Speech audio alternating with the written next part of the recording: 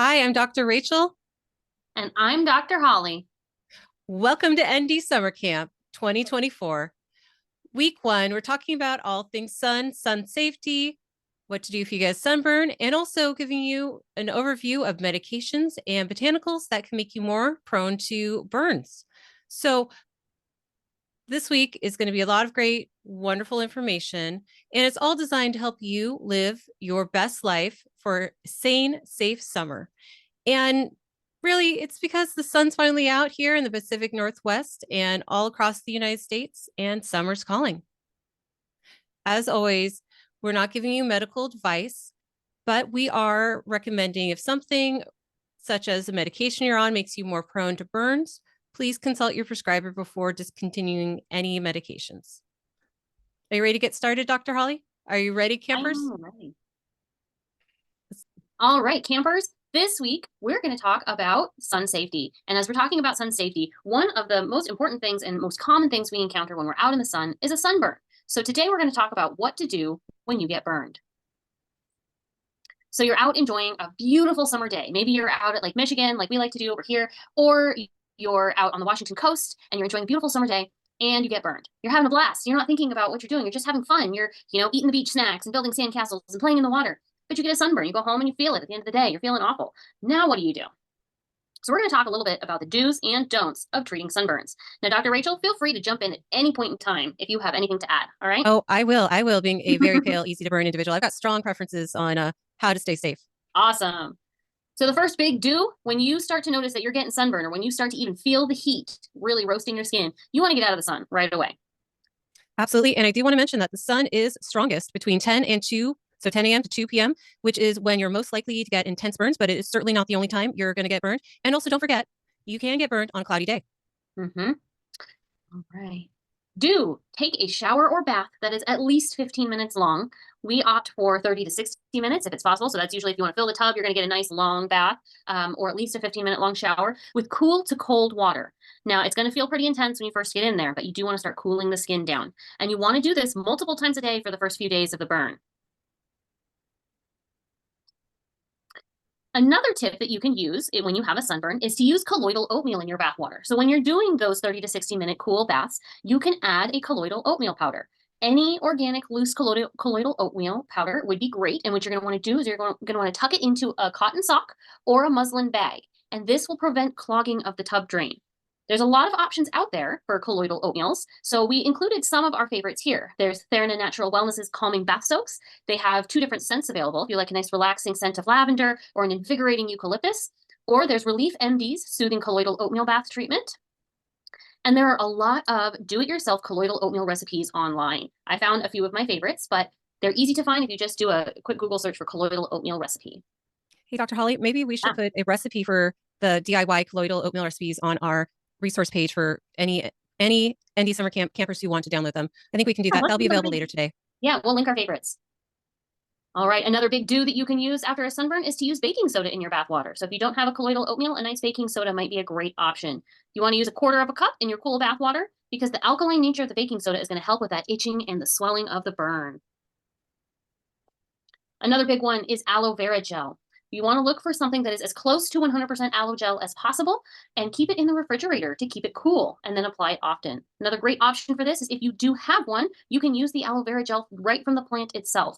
I know I keep an aloe plant in my home for just such occasions, and I love the feeling of squeezing that aloe gel right onto my sunburn.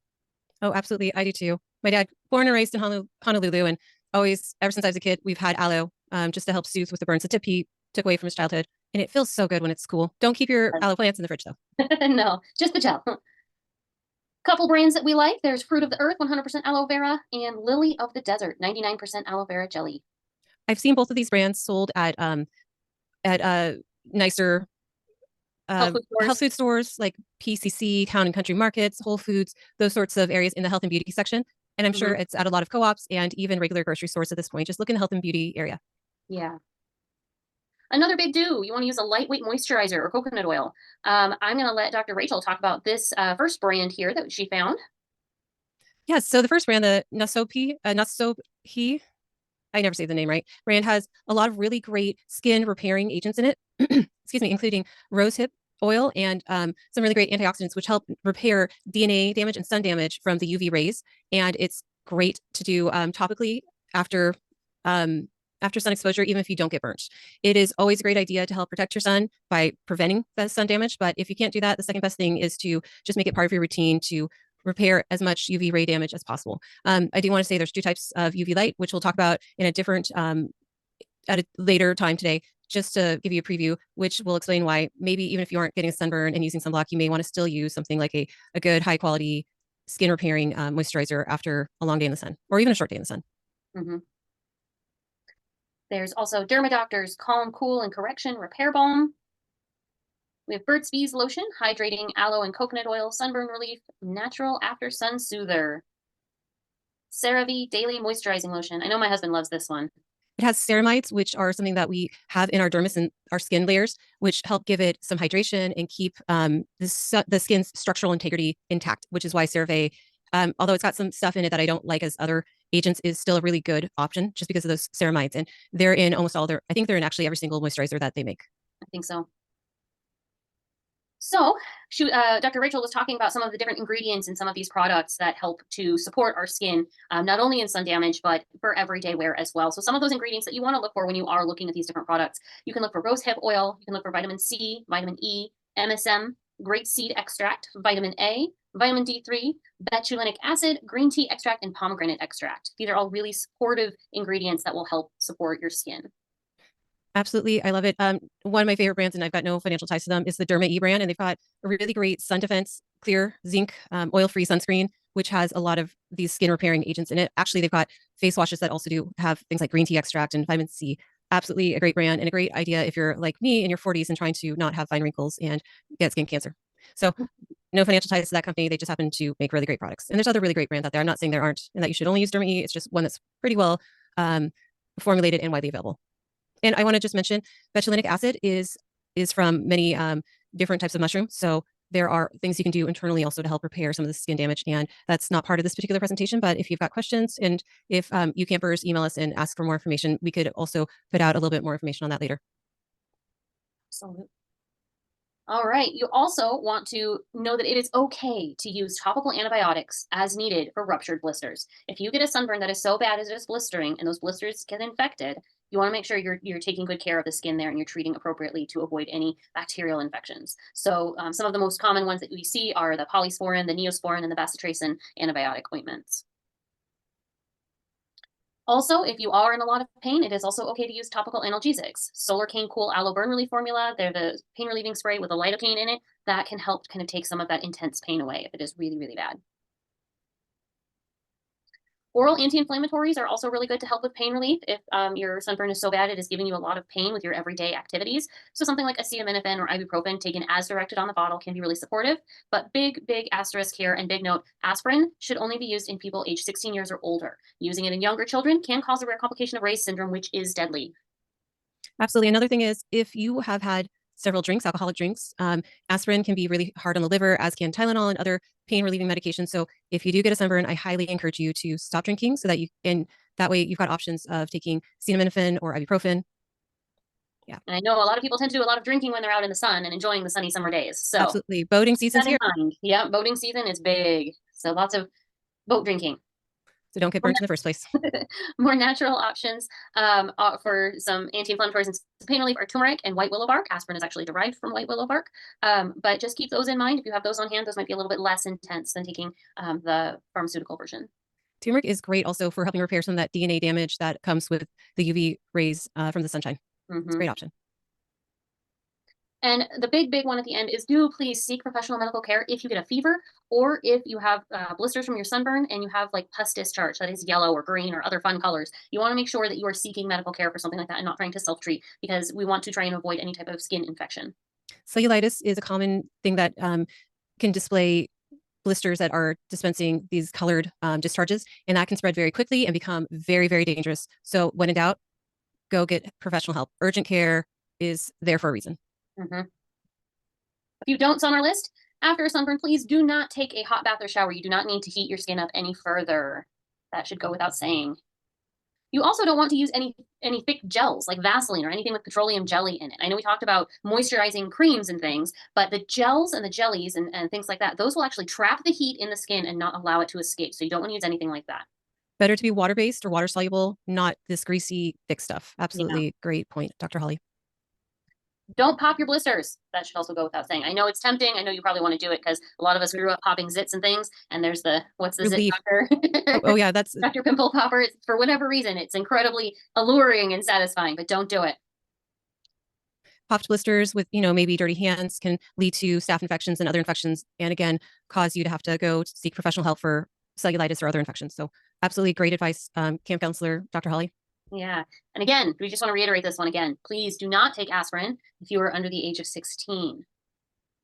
Few recommendations to round this out. If you are taking a photosensitizing meditation or medication, or using photosensitizing botanicals, those are described as any type of drug or herb that makes you more sensitive to the sun. Check your bottles. A lot of them and the paperwork, they will tell you if they are what's called photosensitizing. And we are going to have some more education on what are some of the photosensitizing medications and herbs to watch out for. But if you are taking them, you should avoid prolonged sun exposure, especially between the hours of 10 a.m. and 4 p.m. when the UV radiation is strongest. Absolutely. I think I said 10 and 2, but you're right. It is 10 and 4 p.m. when the UV light is strongest. I definitely love this advice, Dr. Holly. Always a great idea to make sure you're not on a sun sensitizing either medication or botanicals. I think people have this notion that because it's from nature, because it grows in this summer season, it's safe. And that's not true. Recently, for Mother's Day, I was gifted by my 8-year-old a wonderful organic face cream, which had one of the sensitizing herbs I'm going to share with you guys in just a few minutes. And I broke out in a rash, full face. It was absolutely awful. I tend to be more sensitive than the typical person. So it only took one time, but other people I know are still around that kind of end of sensitive like I am. And also I'm going to share with you a patient who was taking a medication and ended up photosensitizing or getting a good burn, even though they were warned by me not to do so. They just had forgotten, because it's easy to forget that medications we take can have effects on our skin and other areas of our bodies when they're not why we were originally prescribed something. Medications and botanicals don't just stay in one area. They go through our whole body. So they have a systemic effect and a systemic vulnerability or action, in this case, making us more sensitive to the sun.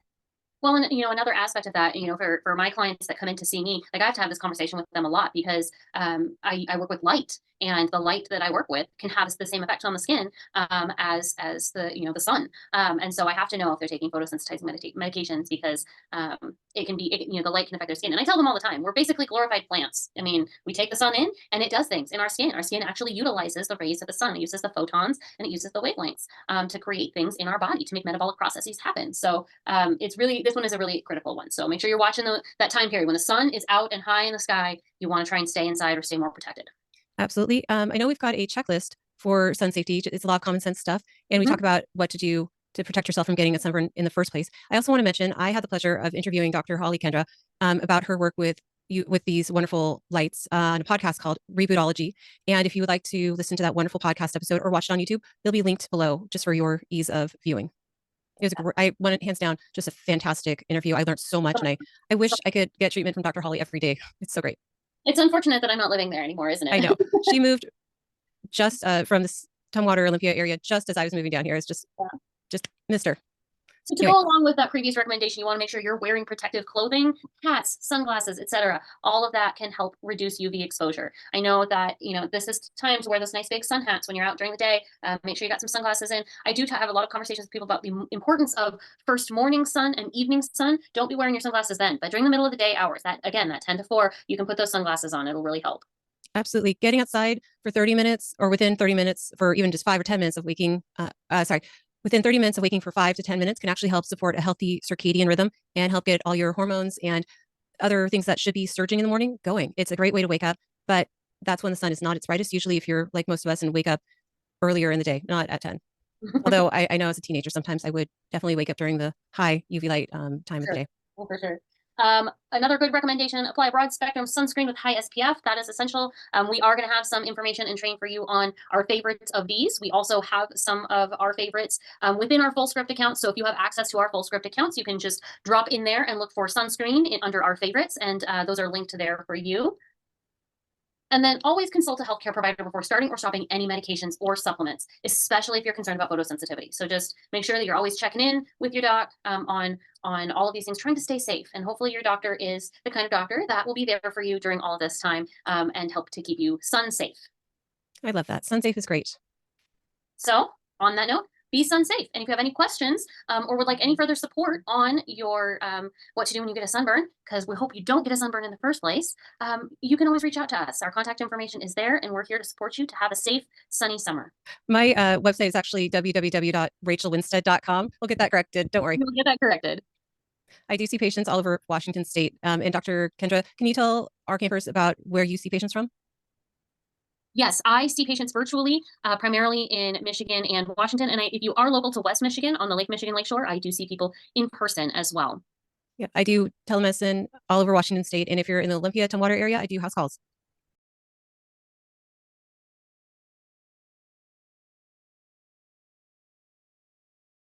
Thank you for letting us present a little bit of a side step. It's the ABCDEs of skin cancer, because skin cancer is best treated when it's at a earlier, more contained stage. It's more survivable.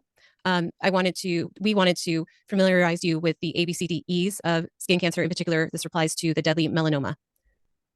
In this presentation, you will hear about the different types of skin cancer and who's at risk for developing skin cancer. And spoiler, it's everyone who's exposed to the sun. And you're going to learn the ABCDEs of identifying melanoma skin cancer. You'll see some pictures of the different ABCDEs. And don't worry, for those of you who've got a squeamish tummy, this will not make you feel sick, but it will certainly help familiarize yourself with melanomas, so that if you see something, you can either get yourself or your loved one or friend or stranger in to get a skin check with their primary care or a dermatologist quickly, and maybe you'll save their life. And then we're going to offer some common sense approaches to preventing skin cancer. So the types of skin cancer are basal cell carcinoma, which is slow growing and it rarely spreads. Metastasize means spread to other parts of the body. And squamous cell carcinoma, which is more rapidly growing, and it's usually locally invasive, and it occurs on areas that are sun exposed. So heads, ears, face, hands, arms, just anywhere that is commonly and repeatedly exposed to UV rays. And like I said, it does grow quickly, but it is local, so it doesn't tend to metastasize. Either of these could metastasize if neglected or ignored long enough, but they don't tend to easily spread and become deadly. But malignant melanoma is the type of skin cancer that grows and changes quickly and will, more if not treated promptly, cause death.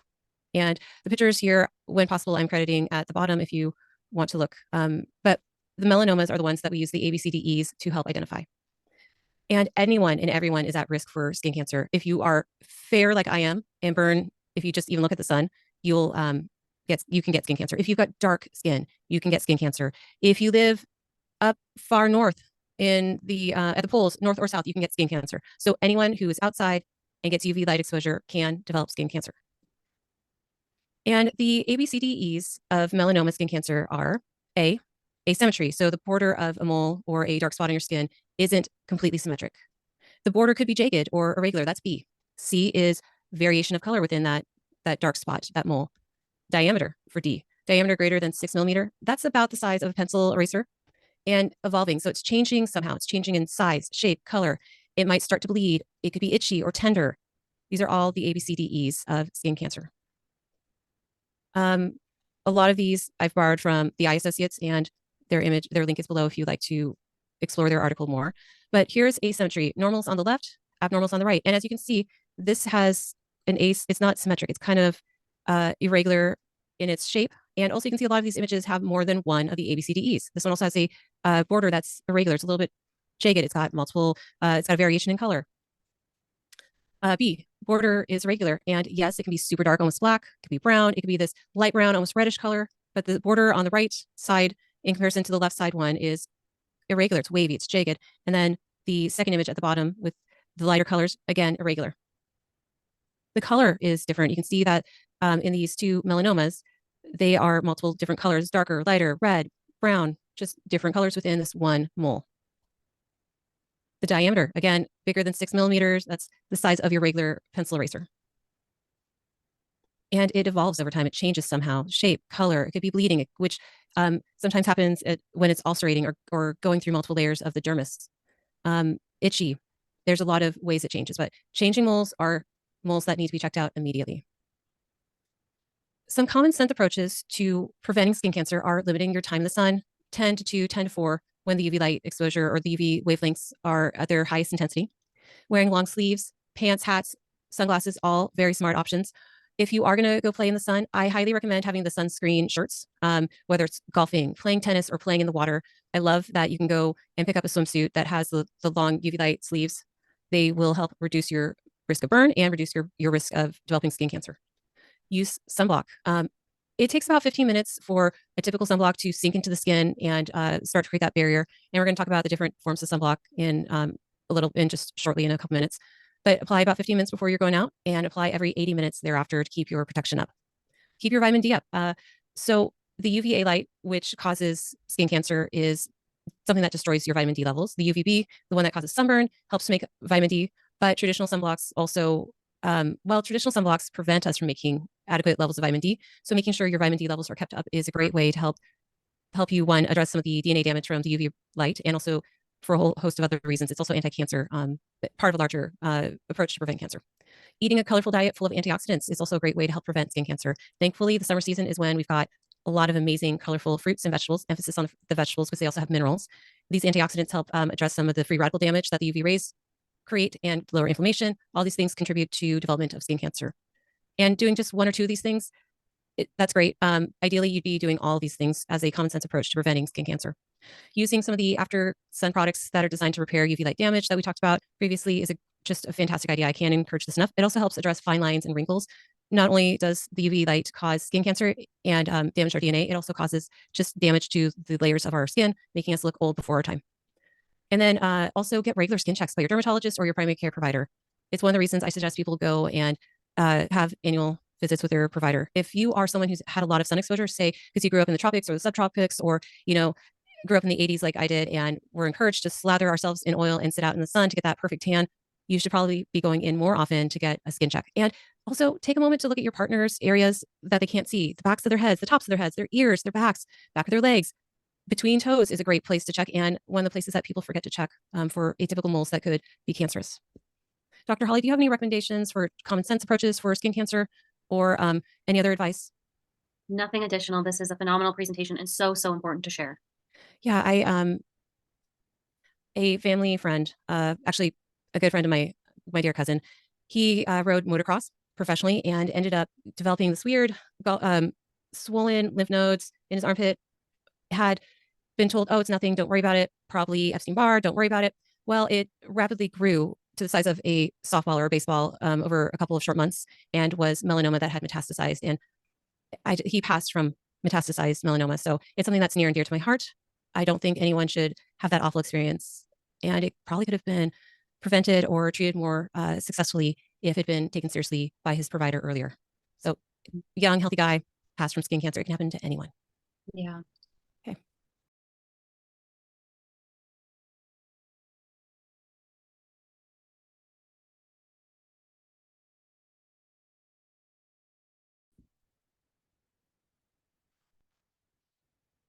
Hello, guys. Thank you for joining us for week 1 of ND Summer Camp 2024. So there's been a lot of things that we've talked about. And this time, this presentation is going to be about how to pick a safe and effective sunscreen.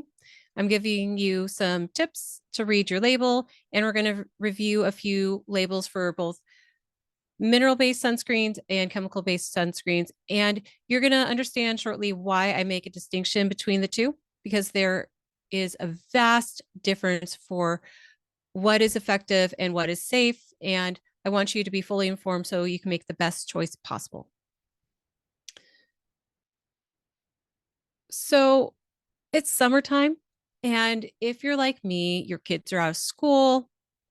It's finally gorgeous here in the Pacific Northwest. No more cloudy skies. And you're planning on taking some time off to enjoy this gorgeous time of the year. That might mean spending more time out in the garden. It might mean barbecues. It might mean some time on a boat. And it might just mean adventures somewhere bright and sunny, learning new things, exploring new places. Regardless of what your summer plans are, there's nothing that ruins a vacation faster than a nasty sunburn. So picking a good sunscreen is really important.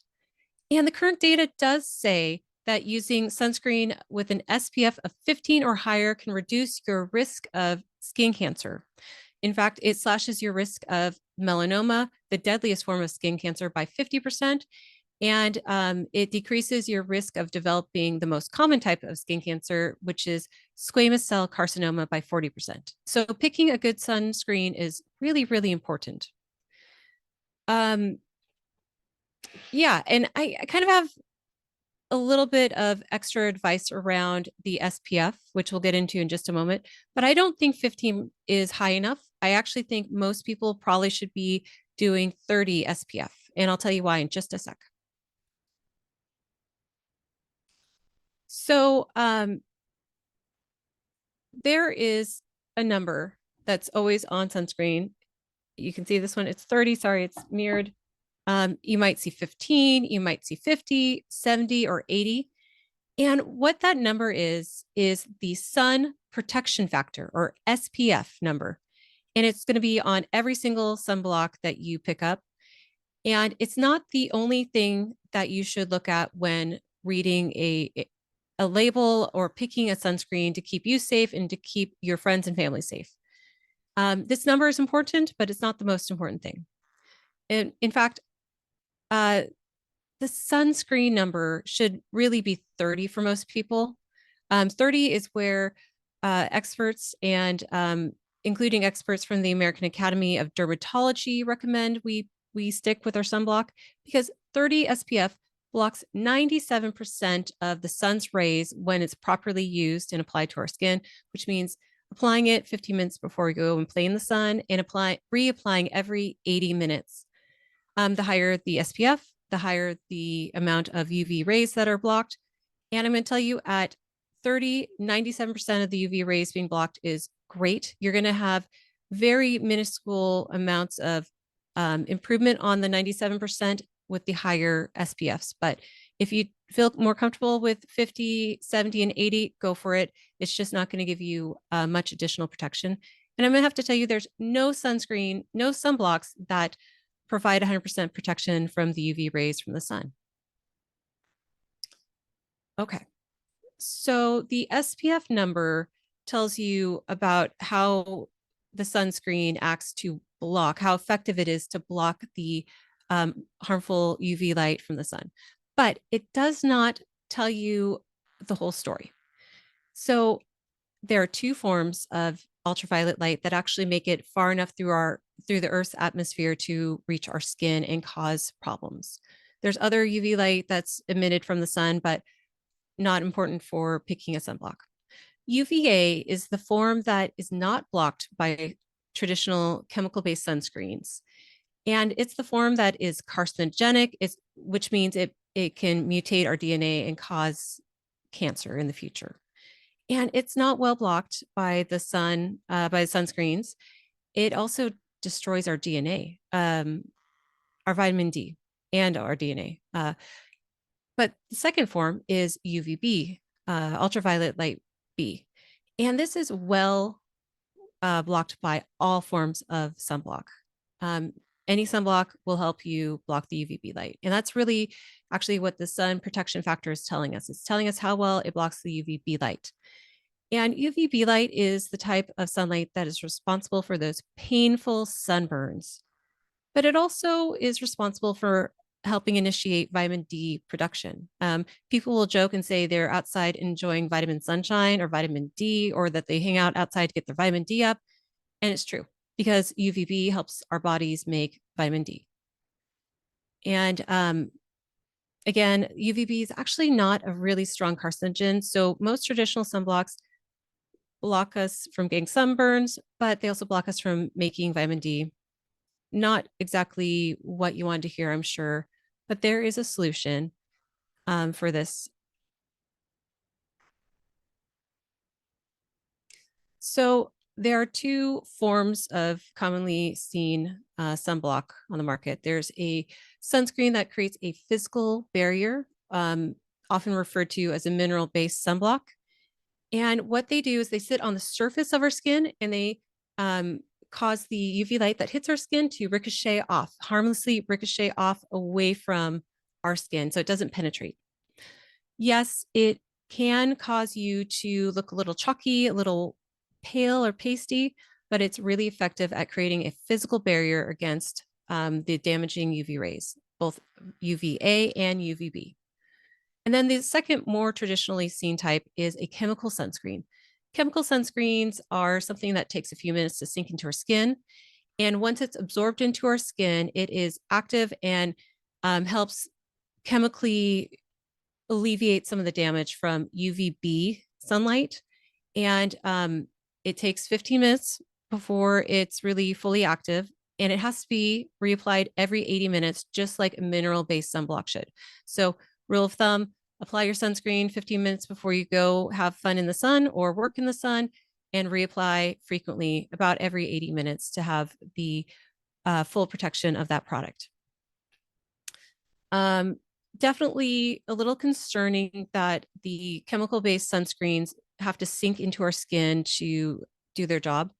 In fact, the Journal of American Medical Association published a randomized clinical trial where researchers found that many of the chemicals in sunscreen, the avobenzone, the oxybenzone, octocrylene, and ecamsule, ECAMSULE, were found to be present in the bloodstreams of participants in the study. And this was after 4 days of use. So they were able to detect levels of chemical sunscreen in people's bloodstream after 4 days of daily use.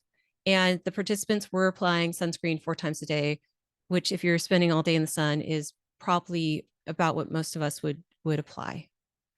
Yeah, and that's kind of scary. It shouldn't be showing up in our bloodstream.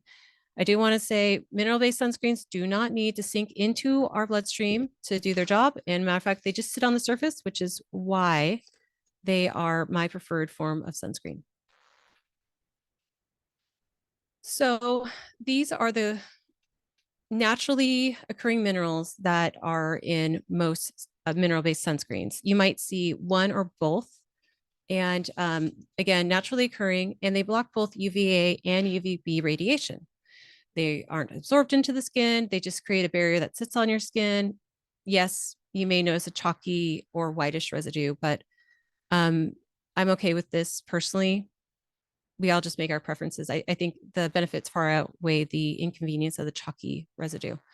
But that's titanium dioxide and zinc oxide. You may see one or both of these on a mineral-based sunscreen label, and you'll see a percentage after that. The higher the percentage, the greater the SPF number will be on the front of your sunscreen. So higher SPF means a greater percentage of one or both of these products.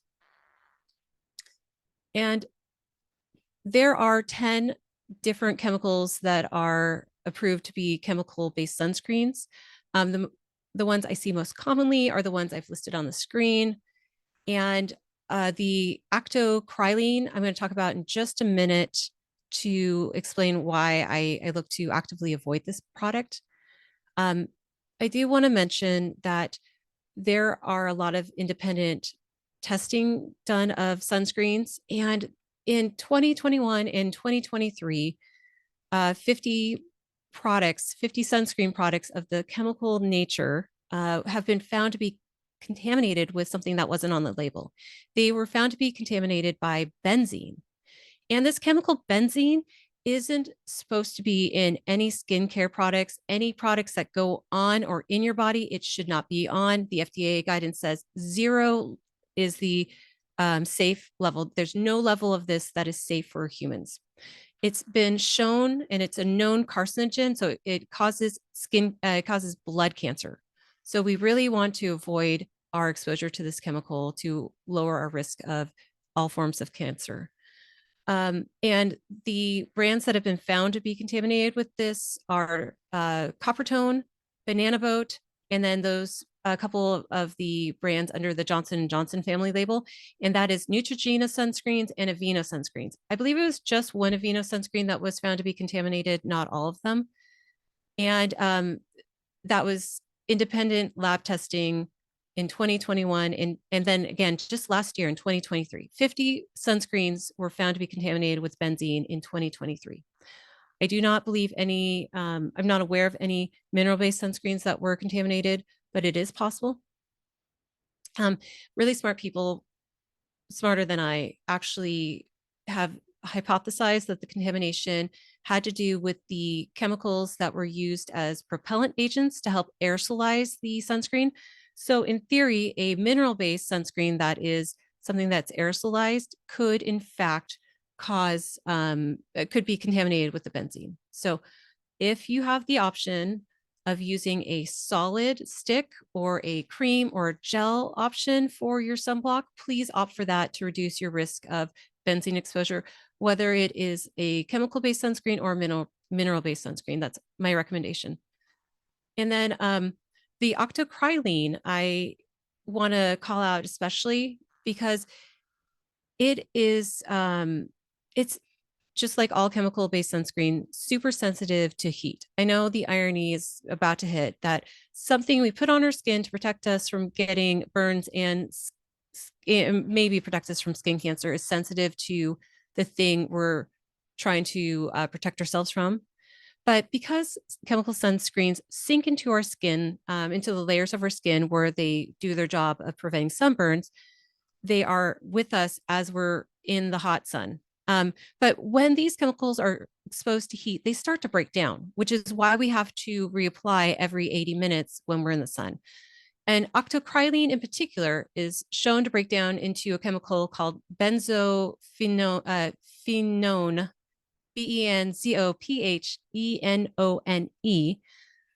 And this is actually a chemical that is an environmental hazard. It was approved initially by it was originally patented as a herbicide. So literally we're putting something on our skin to protect us from sunburns that is known to be a product that's broken down into something that kills our plants. That's just outrageous to me. It's crazy. So that's one in particular that I always recommend people avoid, regardless of if they do chemical-based sunscreen, mineral-based sunscreen, or a combination thereof. And then the really smart experts at the Environmental Working Group, who I highly recommend you guys go and check out and compare your skincare products and other household products to see how safe they are for you, for your family, for your friends, for your environment. Well, the experts there did look at a lot of these chemical sunscreen ingredients for their potential health risks, and they've decided that a lot of them are not safe. Either there's not enough data to support them being safe, or they are concerned about the chemicals being a trigger for allergies and for endocrine disruption, so destroying or messing up our hormones. Some of the studies that they cited noted the endocrine disruption effects of oxybenzone, and others have shown that octooxynate can and do affect the hormones and reproductive systems in animals. These studies probably were not based in humans. I don't think you could get a research board to approve you doing a study that you are saying, hey, I think this causes cancer. Let me give it to a whole bunch of people. But I feel pretty comfortable saying if it causes cancer in animals, it's probably not good for me to put on or in my body unless I have no other choice. And again, it's probably about dose and frequency. So if you're going to be outside for a short amount of time, maybe applying a chemical-based sunscreen once or twice in a day, every couple of days is fine. But if you are going to be outside frequently and want to make it your habit to use sunscreen daily or multiple times a day, probably opting for a mineral-based sunscreen would be the safest option. Okay, so I have a couple sunscreen brands that I really love and I know are widely available. I'm not going to villainize any particular sunscreen brand or say you only can get this one. These are just one of many widely available great options. Brands to look for are Badger, the Alba Botanical Sheer Mineral. Please check all these labels to make sure there's no sneaky ingredients or ingredients in the inactive ingredients that are not appropriate or safe for you. The All Good brand is a great one. All Good does have a lot of the propellant versions, so that might potentially be contaminated with benzene. So use your best judgment there. The Babo brand is a great brand. It's organic. I actually used this last year for the first time with my kids. I got them SPF 30 sticks. They do take some trial and error to figure out how much to put on and to rub in to protect an area. But once you figure that out, they work great, great protection. They are hypoallergenic. And the Babo brand does have a lot of options for young children. I do want to take a moment to note that we're not supposed to put sunscreen on children who are 6 months of age or younger. There are a few brands that say they're safe for using on infants. I do, however, suggest you talk with your pediatrician to find out what they would recommend for children 6 months and younger. But the Baba brand is definitely a good option for younger children. And then one of my favorites is Stream to Sea. These are specifically designed to be minimal inactive ingredients, and they're safe for our coral reefs. They're safe for our environment, and they're mineral based. So my thinking is good for the environment, good for us. That sounds like a win-win. And then Blue Lizard. Blue Lizard's a brand I've used in the past. They have done some reformulation over time. Always check your label to make sure they haven't snuck any chemicals in. I also want to mention these are widely available. Ideally, you'd get it from a physical brick and mortar store, because a lot of these sunscreens do break down and or are heat sensitive. You just don't know how they're being stored at an e-commerce place such as Amazon. Not to villainize Amazon, but those warehouses get really hot. And if we're putting chemicals on our body that are prone to break down with heat, probably not the best option to get it from someplace that is known to have issues with their climate control. Then I also want to mention using where to store these sunscreens. It's so tempting. It's so convenient to keep these in the trunk of your car, in your glove compartment. I know it's a great idea. It sounds like a great idea, but because cars sitting in the sun get a lot hotter than you realize, you can speed up the degradation of the chemicals in our sunscreen, making them less effective, making them more carcinogenic, making them all numbers of things. Also, the aerosolized cans are prone to exploding when there's too much heat because they're pressurized. So just don't keep them in your car. I know it sounds tempting. Keep sunscreen in your golf clubs in the trunk of your car if the opportunity arises to go golfing after work, or in your glove compartment, but please just don't do it.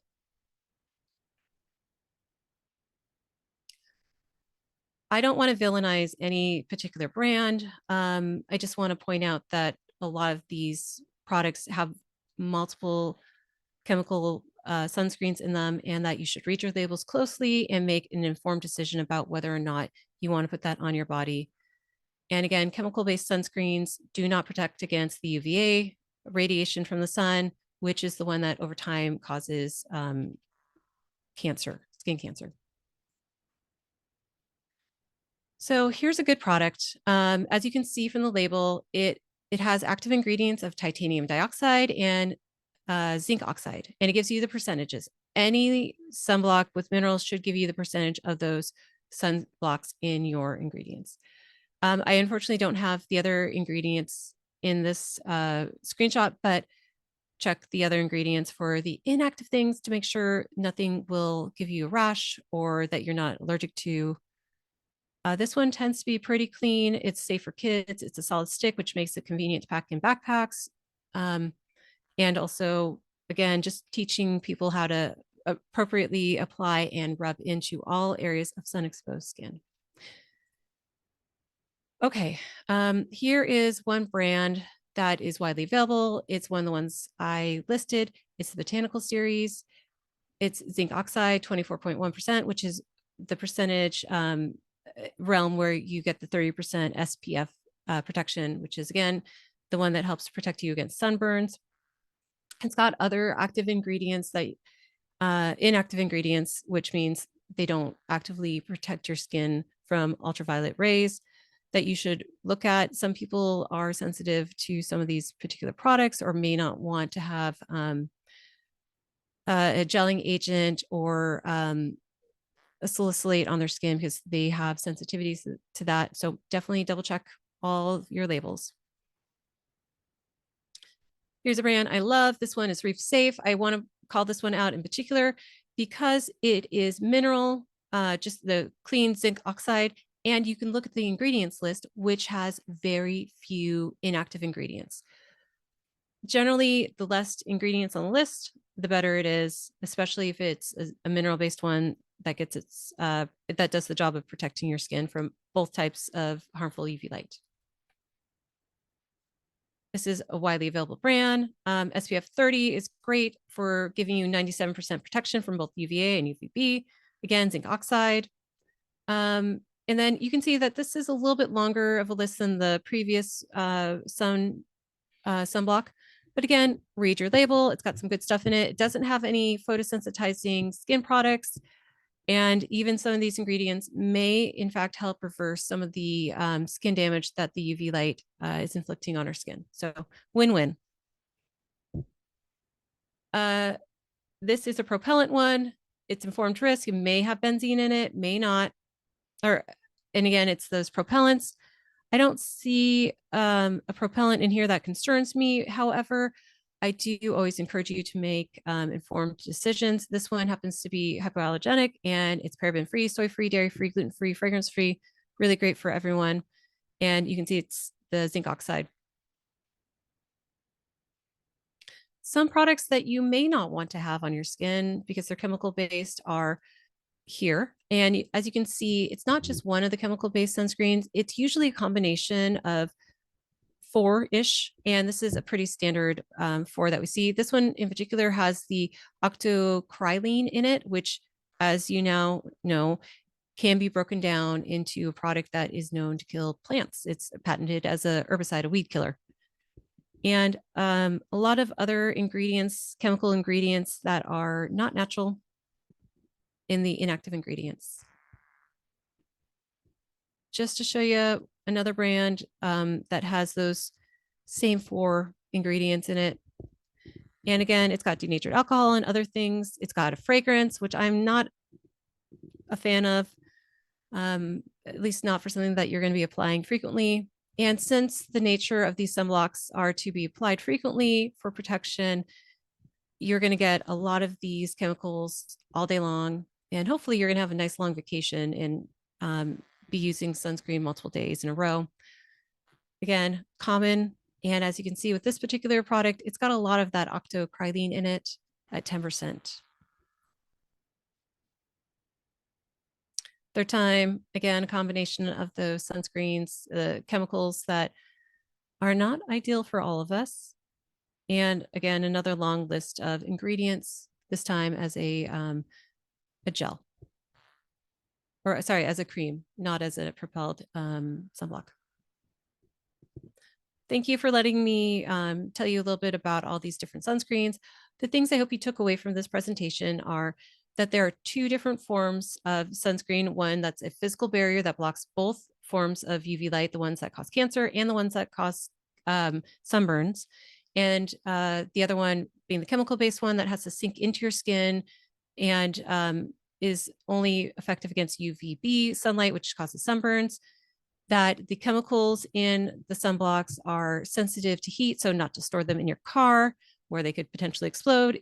And if not explode, then degrade where they're less effective at blocking the UV light and also potentially increasing their carcinogenic effect. And that it doesn't matter if it's a mineral or a chemical-based sunscreen, that if it has a propellant agent in it, it could potentially be contaminated with benzene, which is safe at 0 amounts in any product you put on your body or in your body.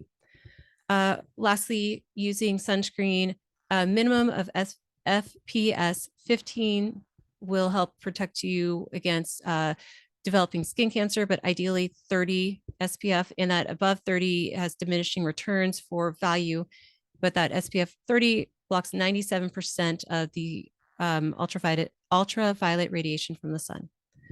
If you have any questions, please let me know. Otherwise, I wanted to let you know that I do, just as a service to you, you guys, have some recommendations for good, clean sunblocks that are mineral based, my preferred form of sunblock that I have in my full script store. And if you have access to my full script store or Dr. Holly Kendra's full script store, they are there for you just as a safe, vetted option. Talk with you soon. Okay, campers. Thank you for joining us for week 1 of ND Summer Camp 2024 with your camp counselors, Dr. Rachel Winstead and Dr. Holly Kendra. If you liked what you saw here, please tag a friend. Feel free to share this on social media. We are here to help. And if you have any questions about anything that you've learned during this week or any other health conditions that you want support with on your health journey, please feel free to reach out to either one of us on our websites or through email or even through social networks. So next week, we'll be talking about how to have a safe and healthy travel season this summer. As always, each of these weeks, the stuff we're talking about is to help you thrive and stay on track. This week, we talked about sun safety, how to pick a good, safe sunblock, how to recognize skin cancer, or hopefully catching it before it becomes skin cancer. And next week, we'll be talking about, things that could interrupt a good trip, like traveler's diarrhea and other colds and infections, things you might consider having in your travel kit so that you don't have to go to an ER or just, have a bad experience when you should be enjoying yourself with your friends and family and experiencing a whole new environment. So go ahead and join us next Friday. We look forward to seeing you soon. See you soon.